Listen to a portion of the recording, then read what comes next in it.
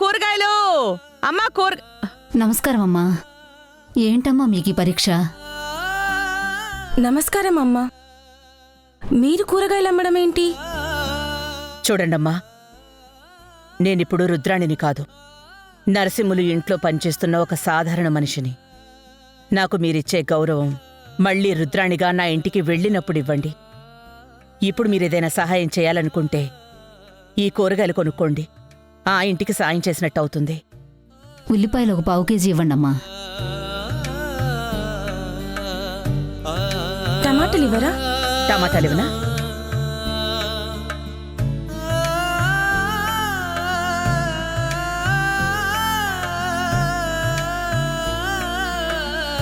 కూరగాయలమ్మా, కూరగాయలు.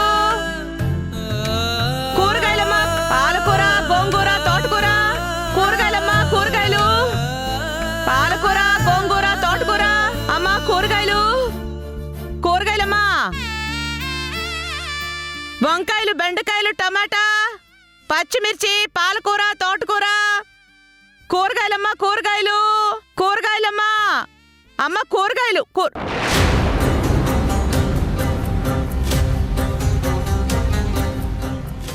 దీక్షితులు గారు, కూరగాయలు ఏమైనా తీసుకుంటారా? క్షమించండమ్మా, మహారాణిలా మిమ్మల్ని చూసిన నేను ఇలా చూస్తూ తట్టుకోలేకపోతున్నాను. ఇదంతా నా కూతురు వల్లే జరిగింది. వద్దు అని జానకికి నేను ముందు నుంచే చెప్తూనే ఉన్నాను. మీరిలా ఉండడానికి కారణం నా కూతురే. నా కూతురు తరపున నేను మిమ్మల్ని క్షమాపణ కోరుతున్నాను. ఏం మాట్లాడుతున్నారు దీక్షితులు గారు? జానకి చేసిన పనికి నేను మెచ్చుకుంటుంటే మీరెందుకు నా దగ్గర క్షమాపణలు అడుగుతున్నారు?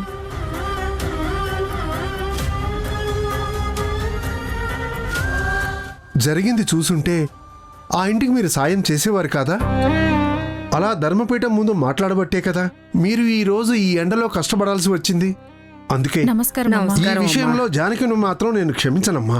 దీక్షితులు గారు, జానకిని మీరు ఒక్క మాట అన్నా కూడా నేను ఊరుకునేది లేదు. నిజానికి జానకి చాలా గొప్ప పని చేసింది. మా ఇంటి మనుషులు వెళ్ళి ఆ ఇంట్లో వాళ్ళని బెదిరించారు, నిజం చెప్పొద్దు అన్నారు. కాని జానకి ధైర్యం చేసి సాక్ష్యం చూపించింది. ఆ ఇంటికి న్యాయం జరిగేలా చేసింది. చూడండి, తప్పు ఎవరు చేసినా తప్పే అవుతుంది. దాన్ని ఎటువంటి పరిస్థితుల్లోనూ సమర్థించకూడదు. నిజాన్ని చూసిన వాళ్ళు నిర్భయంగా చెప్పడం వల్లనే ఆ ఇంటికి న్యాయం జరుగుతుంది. అప్పుడే పెద్దవాళ్ళు పేదవాళ్ళు అని ఎవ్వరూ ఉండరు. వారి వారి స్థితుల్ని బట్టి, వారి వారి స్థాయిల్ని బట్టి గౌరవాన్ని పొందుతారు. ఈ ప్రాంతం మాకు గౌరవం ఇస్తుంది అంటే మేము అందరి విషయంలో సమానంగా ప్రవర్తిస్తామని ఈ ప్రజలకి తెలుసు. జానకి నిజాన్ని చెప్పింది కాబట్టి మేము న్యాయం చేయగలిగాం. జానకి మీద నాకు ఎలాంటి కోపమూ లేదు. దీక్షితులు గారు, ఇంకా రుద్రాణమ్మగారి గొప్ప మనసేంటో మీకు అర్థం కాలేదా? ఆవిడ దేవతలాంటి మనిషి. అయినా ఒక ఇంట్లో పుట్టిన ఆడపిల్లలు, ఒకే రక్తం పంచుకు పుట్టిన వాళ్ళు దక్షాయణి రుద్రాణమ్మలా కాకుండా ఇంకెలా ఉంటారండి? దక్షమ్మ ఎలా ఉంటుందో, ఆవిడ పేదవాళ్ల పట్ల ఎంత దయతో ఉండేదో మనం అందరం కళ్ళారా చూసాం. తర్వాత రుద్రాణమ్మ ఆ ధర్మపీఠం మీద కూర్చున్నప్పుడు ఎన్నో తీర్పులు చెప్పి ఎంతో మందికి న్యాయం చేశారు. ఈ రోజు తన కన్న కూతురి విషయంలో కూడా ఎంత గొప్పగా తీర్పిచ్చారంటే ఆ ఇంటి వాళ్లకు తప్ప ఇంకెవ్వరికీ అది సాధ్యం కాదు. అందుకే ఎన్ని రోజులు నా మనసులో దాచుకున్న ఒక విషయాన్ని మీతో చెప్పాలనుకుంటున్నాను. మనసులో దాచుకున్న విషయమా? ఏంటది? అదేనమ్మా, ఆ రోజు అదేనమ్మా, మీ భర్త గురించి మీ దగ్గర చెప్పకూడదు. ఎందుకంటే మీకు బాధ అనిపిస్తుంది. ఆయన మామూలు మనిషి కాదమ్మా, మేకవన్న పులి. బయటికి ఒకలా కనబడతారు, ఇంకోలా ప్రవర్తిస్తారు. ఆయన చేయని అన్యాయం లేదు. ఆ అన్నదమ్ములిద్దరిక్కడ ఎన్నో అరాచకాలు చేశారు. అది మీ దాకా రానివ్వకుండా జాగ్రత్తలు పడుతున్నారు. అది ఎవరు మీ దగ్గరికి తీసుకొస్తారా అని మేమందరం అనుకున్నాం. ఇప్పుడు వాళ్ళ నిజస్వరూపం ఏంటో మీకు తెలిసింది కాబట్టి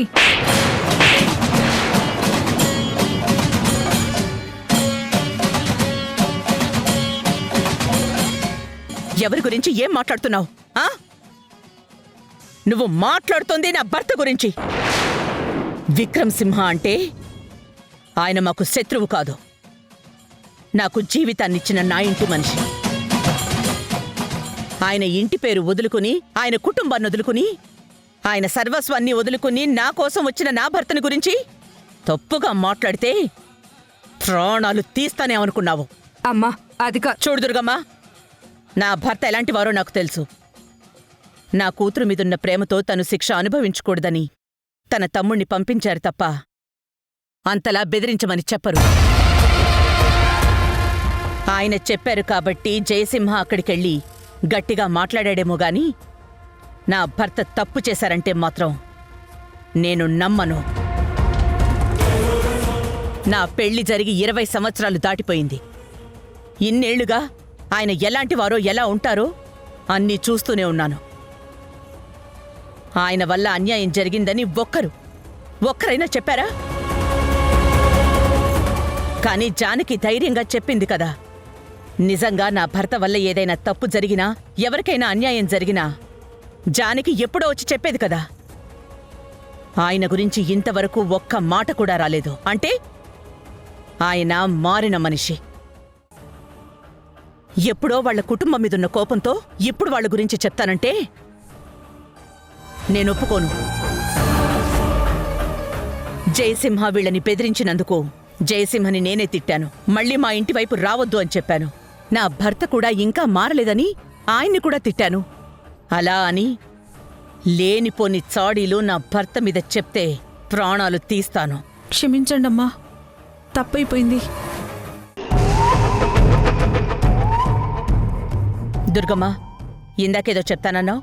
అది ఏం లేదమ్మా, మీ భర్తగారు మీరిలా పనిచేస్తున్నందుకు ఎంతో బాధపడుతున్నారని చెప్దామనుకున్నాను, అంతే. అదే ఎప్పటినుంచో కడుపులో దాచుకున్న మాట అన్నావు, అది ఏంటి? అదేనమ్మా, మీ పెళ్ళైన దగ్గర నుంచి నాకు తెలుసు కదా మీ భర్తగారి గురించి మీరు ఎలా ఆలోచిస్తారా అని. ఇప్పుడు మీరిలా కష్టపడినందుకు ఆయన ఎంత బాధపడతారో అదే చెప్పాలనుకున్నాను. అది మీరే తెలుసుకున్నారు కదా. బయట నుంచి చూసిన మీకే తెలిసినప్పుడు జీవితాన్ని పంచుకున్నా నాకు తెలియకుండా ఉంటుందా? కూరగాయలమ్మా, కూరగాయలమ్మా, కూరగాయలు! దుర్గమ్మా, నిజంగా నువ్వు అదే చెప్పాలనుకున్నావా? లేదు బాబు, ఆ విక్రమసింహ నిజస్వరూపం చెప్పాలనుకున్నాను. కాని ఎంతైనా తాళి కట్టిన భర్త కదా, తనని ఎంతలా నమ్మించాడో మనకర్థమైంది కదా. ఏ తల్లి దేవతైనా ఆ దెయ్యం నీడ ఇంకా తన మీద ఉంది. ఇలాంటప్పుడు మాట్లాడడం మంచిది కాదని నేనే మాట మార్చేశాను. ఇంతకీ నిజం అన్నావు కదా, ఏంటా నిజం? చెప్తాను బాబు, తప్పకుండా చెప్తాను. ఏదో ఒక రోజు తప్పకుండా చెప్తాను. వస్తాను.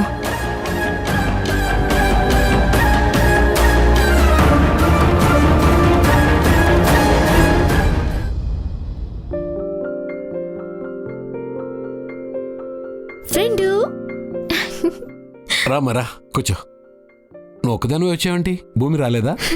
ఫ్రెండు, భూమి ఇంటికొస్తుందని అక్కడ ఎవ్వరికీ తెలీదు. నీకోసం నేను తీసుకొచ్చాను. నేనొచ్చిన ప్రతిసారి భూమిని తీసుకురావాలంటే ఎంత కష్టమో నీకు తెలుసు కదా. నా కూతురు నా ఇంటికి రాకుండా వీళ్లే చేస్తున్నారు. చూస్తాను, ఇంకా ఎన్నాళ్ళు వీళ్ళ ఆటలు సాగుతాయో చూస్తాను. అక్కడి పరిస్థితి ఏంటో నీకు తెలుసు. మళ్ళీ మనం కలిసిన ప్రతిసారి ఇది మాట్లాడుకోవటం ఎందుకు చెప్పు? బాధను భరించాను ఇన్నాళ్ళు. నా మాట ఇలా కఠినంగానే ఉంటుందమ్మా. ఫ్రెండు, ఒక కుటుంబం విడిపోవటానికి 100 కారణాలుండొచ్చు. అదే మనుషులు కలవటానికి ఒక్క అవకాశం సరిపోతుంది. ఇప్పుడు అవకాశం వచ్చింది. ఏ పెళ్లి కోసమైతే భూమికి ఈ విషయం తెలియకుండా ఉంచారో ఆ పెళ్లి జరిగాకైనా భూమికి ఈ విషయం చెప్తారు కదా. ఇదిగో ఆ పెళ్లికి సంబంధించిన శుభలేఖ కూడా వచ్చేసింది చూడు.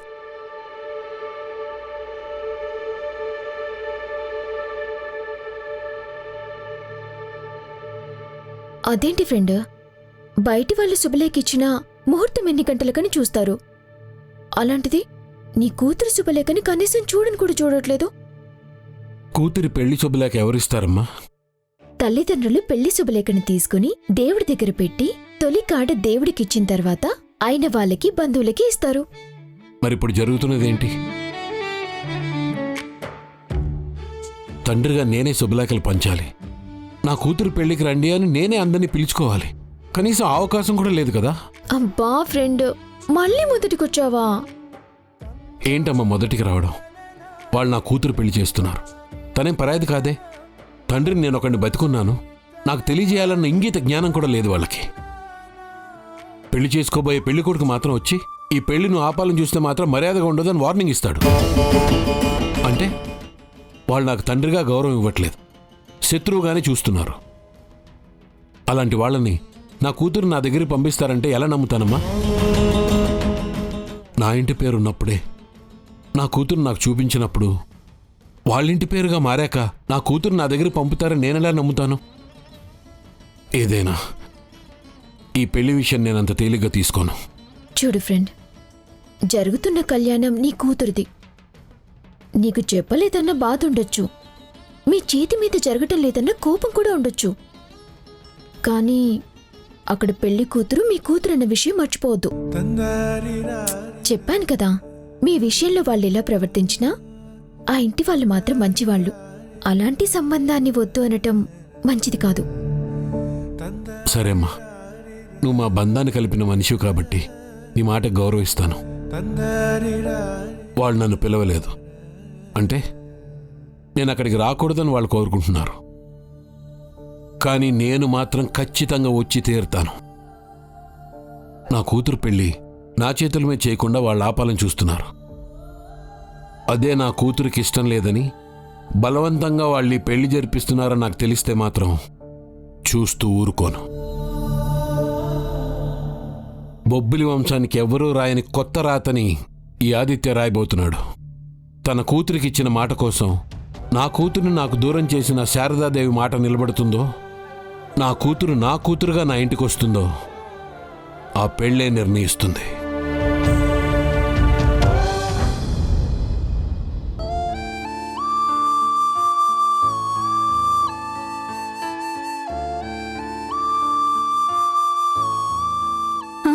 అమ్మగారు, ఆ పని మీరెందుకు చేస్తున్నారు? నేను చేస్తాను కదా. ఎన్నిసార్లు చెప్పాలి? అన్ని పనులు నేనే చేసి ఈ శిక్ష అనుభవించాలని. మీరెవ్వరూ ఏమీ చెయ్యొద్దు.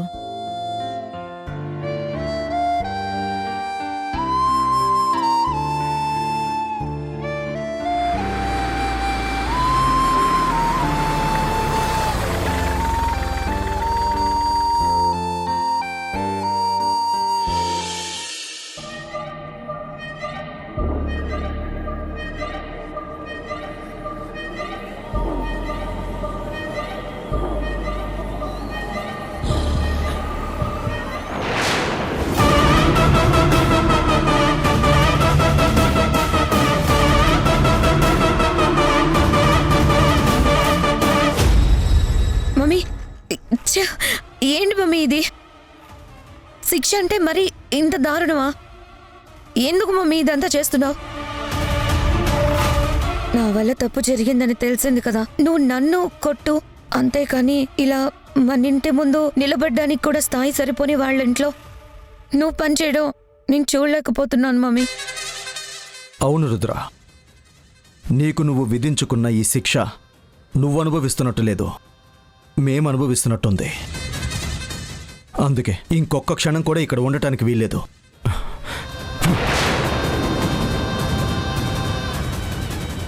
రేయ్ నరసింహులో, ఆ డబ్బు నీకే. నీ జీవితం మొత్తం కష్టపడినా కూడా అంత డబ్బు నువ్వు చూసుండవు. కావాలంటే ఇంకా ఇస్తాను, అంతేకాని రుద్రాని మాత్రం ఇక్కడ ఉండటానికి ఒప్పుకోను. మమ్మీ వెళ్దాం పదా. మీలో ఏ మార్పు అయితే రావాలని నేను ఈ శిక్ష అనుభవిస్తున్నానో ఆ మార్పు మీ ఇద్దరిలో ఇంకా రాలేదు.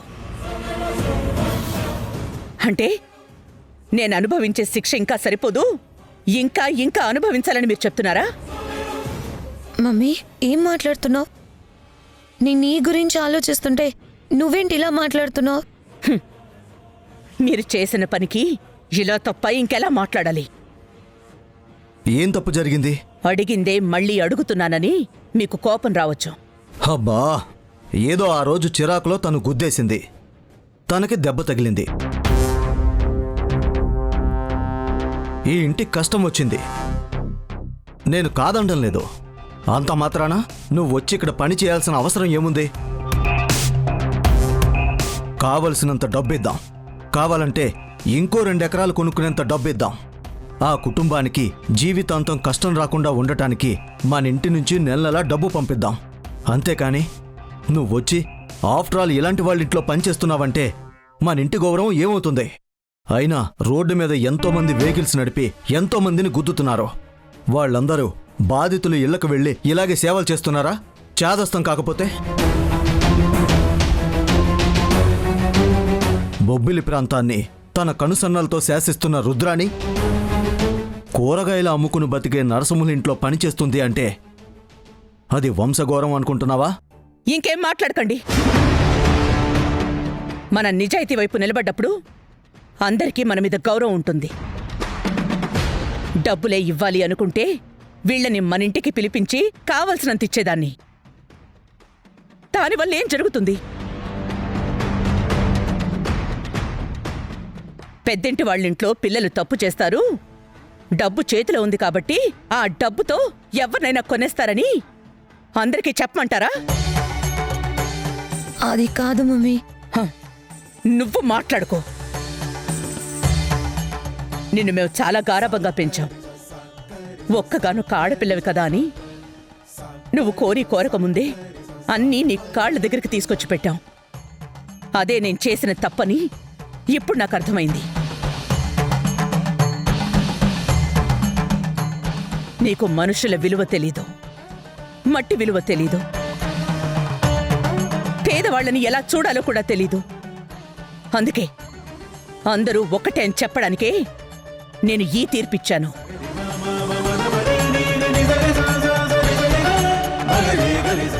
మీకు ఆ విలువేంటో తెలియాలనే ఇక్కడ పనిచేస్తున్నాను. ఇదే మాట మన ఇంట్లో ఉండి కూడా చెప్పొచ్చు. తను అర్థం చేసుకోలేనంత చిన్నపిల్లేం కాదు. నువ్వు పని చేస్తూ చెప్పాల్సిన అవసరం లేదు. కుముదను బాధ పెట్టాల్సిన అవసరం అంతకన్నా లేదు. అందరినీ సమానంగా చూడమ్మా అని ఎన్నోసార్లు చెప్పాను. చూసిందా? ఈ క్షణం కూడా మనకు వాళ్ళకి తేడా అన్నట్టు మాట్లాడుతోంది. అందుకే మాటలతో చెప్తే దానికి అర్థం కాదని ఇంకా మీకు అర్థం కాలేదా? అందుకే తన తల్లి కష్టపడితే కష్టం విలువ నా కూతురు తెలుసుకుంటుందని నేనిలా చేశాను.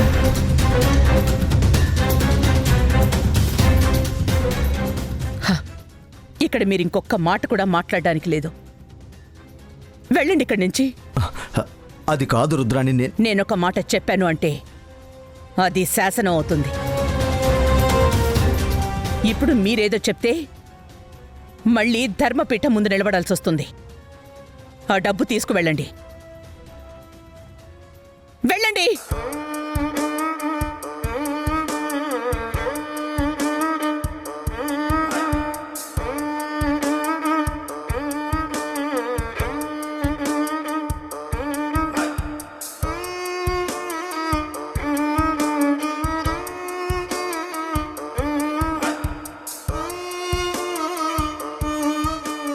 మా వాళ్ళు చేసిన పనికి మరొక్కసారి మిమ్మల్ని క్షమాపణ అడుగుతున్నాను.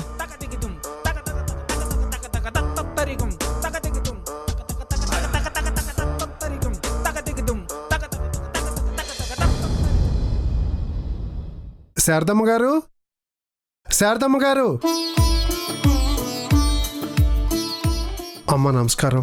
రమ్మని కబురు పెట్టారు. కూర్చోండి దీక్షితులు గారు, మీతో మాట్లాడాల్సింది చాలా ఉంది.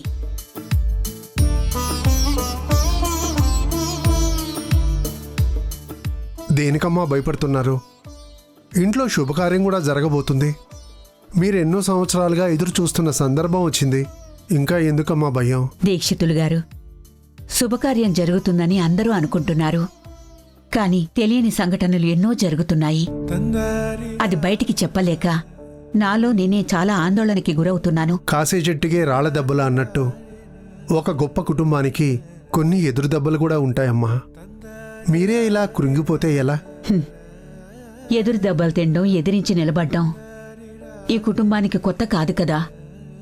ఎన్నో సంఘటనలు చూశాను, కానీ ఎప్పుడూ ఇంతలా భయం అనిపించలేదు.